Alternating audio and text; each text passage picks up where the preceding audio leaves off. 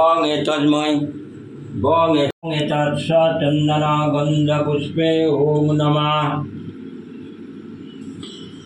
ওম নমঃ ওম ওম ইয়া গচ্ছ ওম দ্বার দেবতায় ইয়া গচ্ছতি ইহ তিষ্ঠতি ইহ সন্নিরুদ্ধম অত্রাধিষ্ঠানং কুরুত মম পূজাং গৃহ্ণীত ওম নমেতে গন্ধপুষ্পে ওম গাং গণেশায় নমঃ ওম গন্ধপুষ্পে ওম নমঃ গাং গণেশায় নমঃ ওম এতে গন্ধপুষ্পে ওম শ্রীং মহালক্ষ্মী নমঃ।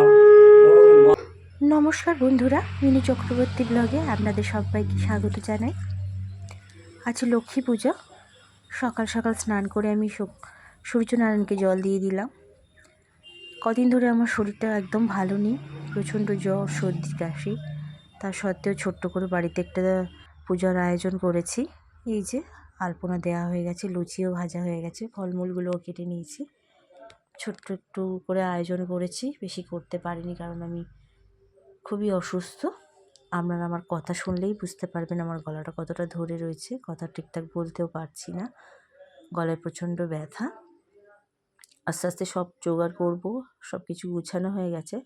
আর এই যে কড়াইতে আলু ভাজা বসিয়ে দিয়েছি, আর বাকিগুলো তো এখানে হয়ে গেছে, আরও কিছু বাকি আছে।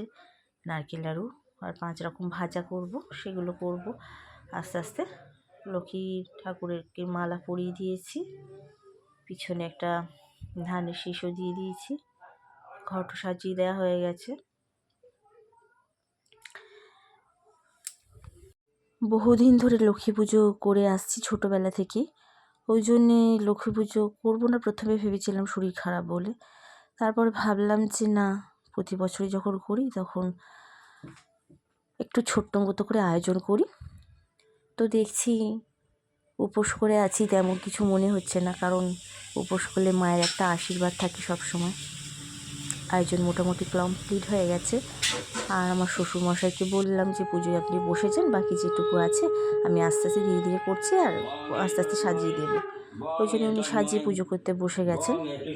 এই যে উনিও কিছু কিছু রেডি করছেন, ধূপ দ্বীপ সব জ্বালিয়ে দিয়েছি, পূজা আরম্ভ হয়ে গেছে।